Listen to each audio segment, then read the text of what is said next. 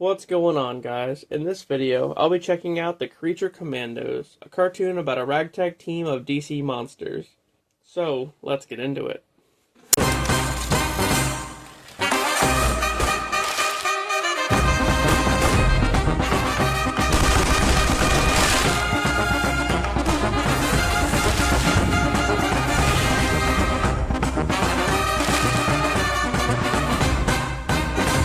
Episode 1 starts off with Amanda Waller and Rick Flag Sr., the father of Rick Flag from Suicide Squad, watching a news report about a group of radicals called the Sons of Themyscira, who are working for an Amazonian named Circe, who truly believes that she's the rightful leader of Themyscira. After seeing this, they decide to put together a task force to stop the Sons and Circe. But the government has banned using human inmates, so they go to a special wing of the prison where inhuman inmates reside. There, Waller introduces Flag to the potential team. As she explains everything, Waller brings up the death of Rick Flag in the Suicide Squad movie. So I guess, along with Peacemaker, that movie is still canon to the new DCU.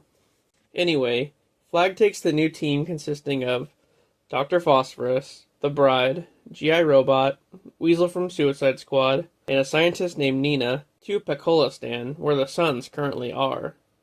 They meet with Princess Rostovic and stay at her castle to protect her after hearing that Circe wants to take over her country. Later on after dinner, everyone's hanging out at the mansion. There's a bond forming between Nina and G.I. Robot, but all he ever talks about is killing Nazis, basically every chance he gets. As that's going on, Flag and the princess are talking, and the princess wants to show him something inside. But all of a sudden, she just gets naked and tries to fuck him. That night, the bride sneaks out and tries to leave, but is caught by Nina. She tries to talk her out of leaving, but the bride just leaves anyway, with Nina tagging along. Back at the mansion, Dr. Phosphorus sneaks into Flag's room while he's sleeping, and tries to steal the switch to deactivate the chip in his neck. But just then, Flag wakes up and the two beat the hell out of each other all throughout the house. It's pretty hilarious.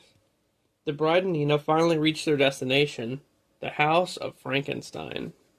In episode 2, we get a flashback of Frankenstein arguing with his father, Victor, about the creation of the bride. Frankenstein wants someone to love, but Victor isn't sure about it. Cut to present time, the bride's searching around for a necklace with a pink gemstone that Victor gave her. Meanwhile, back at the mansion, the princess's guard comes to tell Flag that the bride and Nina have escaped. But as the princess was tending to his wounds, they ended up hooking up. Dr. Phosphorus tells the guard that he may want to come back in a minute. We then get flashbacks of Frankenstein trying to show affection towards the newly created bride. But she wants nothing to do with him and starts to have feelings towards Victor instead. As soon as Nina finds the necklace, Circe shows up and tries to kill them both. A group of the Sons break in and try to subdue them, but the bride just kills them all pretty quick. Then her and Circe start to fight. Here's where things get pretty weird. As Circe gets the better of the bride, we jump back and forth between the fight and a flashback of Victor fucking the bride while Frankenstein watches. Yep, that's what I said. Then, Circe uses her magic to turn the bride's arms into inflatable tube men. What the hell? During the fight, one of the Sons shatters Nina's fishbowl and they both lay dying on the ground. We then get one last flashback of the bride, walking in to find that Frankenstein has killed Victor out of jealousy. In episode 3, Flag and the others show up to the mansion to rescue the bride and Nina. But suddenly, G.I. Robot is having a flashback of fighting Nazis in the war. After mowing down dozens of Nazis, he shares a drink with some other soldiers.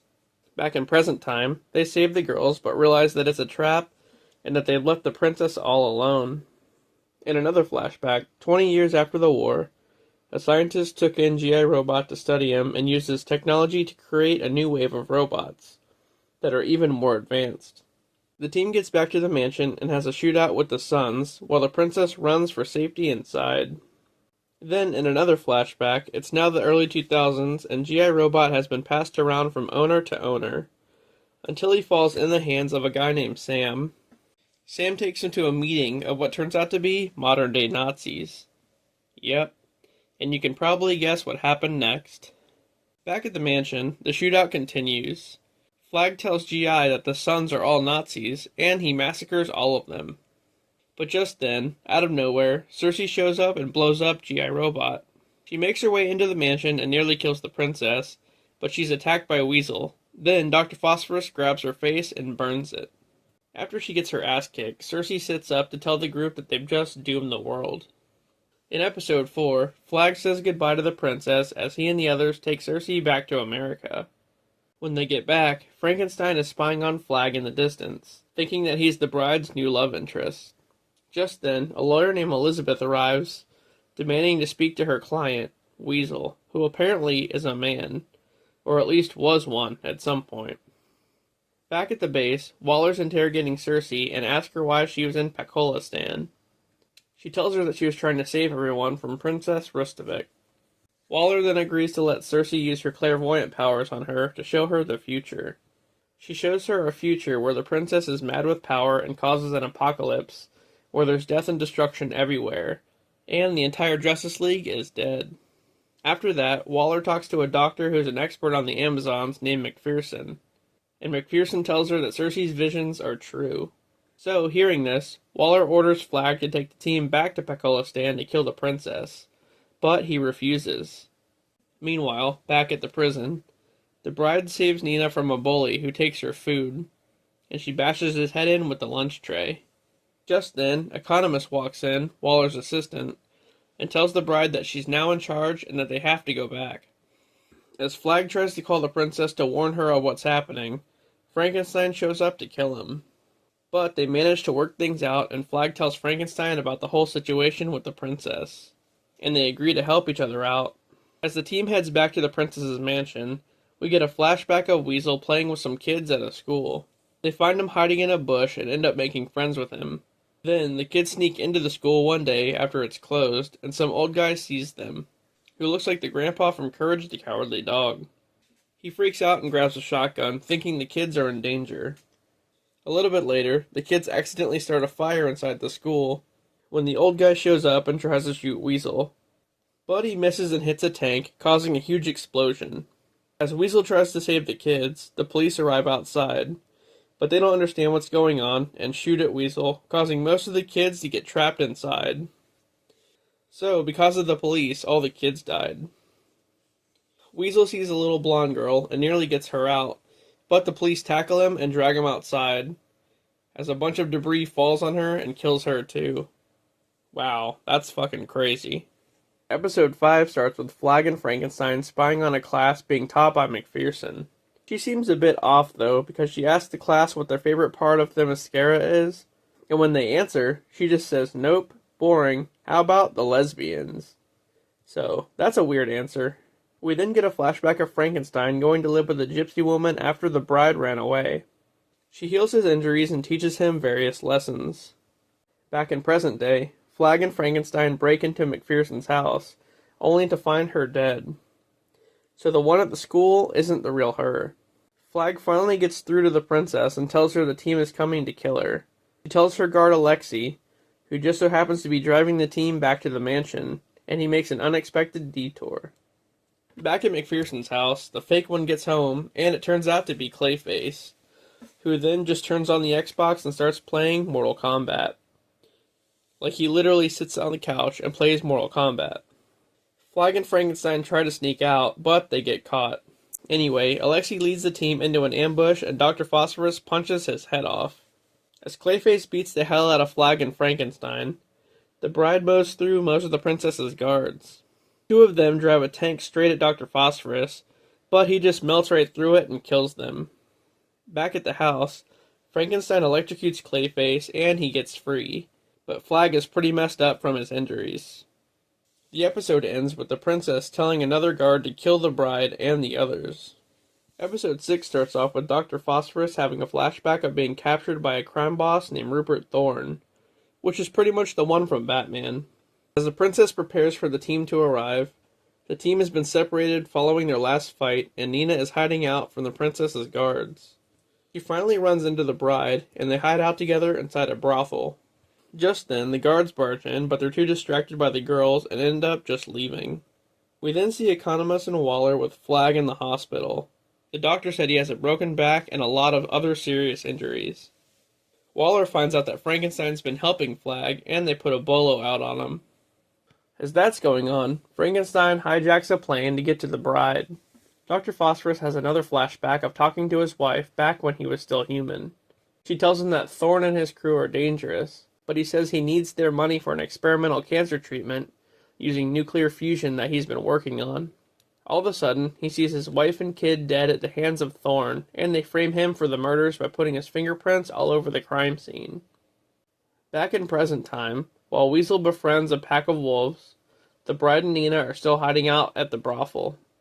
Another flashback reveals that Phosphorus made a deal with Thorne to give him the results of the experiments so that he could share it with some mobsters overseas and probably make some kind of profit off of it. But Phosphorus didn't deliver on his end, so they lock him in his own machine and try to kill him with some nuclear energy. However, it just mutates him. Back at the brothel, two douchey guys come walking in and start roughing up the girls, and one of them turns out to be a metahuman. When Nina tries to stop him, he fights back, but the bride just rips his heart out. In the final flashback, Phosphorus ends up killing Thorne and his family and takes over his whole criminal empire. Then, back in present day, as Flag recovers in the hospital, the team reassembles to finally kill the princess. The finale starts off with Nina being born at the hospital, but she was born with her lungs outside of her body. So her dad, a scientist, finds a way to keep her alive. Back at the castle, the team arrives and starts taking out the princess's guards. But just then, Frankenstein shows up too, and the bride immediately just shoots him. Wow, he's really not taking no for an answer. We see a flashback of Nina as a baby with a breathing machine on. Her mother decides to walk out on her because she can't handle Nina not being a normal girl. Wow, what a bitch. After that, her father does an experimental procedure on her that turns Nina into an aquatic creature, which allows her to breathe underwater. The team breaches the wall into the castle and sneaks around, while the princess decides to go for a swim. Just then, Flag wakes up and tells Waller about McPherson being Clayface, and that they need to call off the team before they kill the princess. We get another flashback of Nina running away from home because her dad put her in public school, and she just gets bullied all the time. Back at the castle, as the princess swims around, the bride and Phosphorus tell Nina that she has to be the one to kill the princess, because she'll never see it coming. In another flashback, as Nina lives in and around the sewers, she's seen by somebody and is tracked down by the local police. When her father tries to intervene, he gets shot. Man, the police are pretty shitty in this cartoon so far. All they're doing is letting people die. Waller and Economist find the real McPherson dead and Clayface's remains in that house, and realize that Flag is telling the truth. As Nina goes to kill the princess, Weasel has a change of heart and jumps in the water, allowing the princess to see Nina coming for her. After a brief struggle, the princess ends up stabbing Nina to death with a knife. As the bride rushes into the water, one of the guards hands her a phone with Waller on the other end, telling her to back down. But it's too late. After that, the bride figures out that the princess is truly bad after all. In a twisted plot, the vision that Cersei showed Waller was actually true.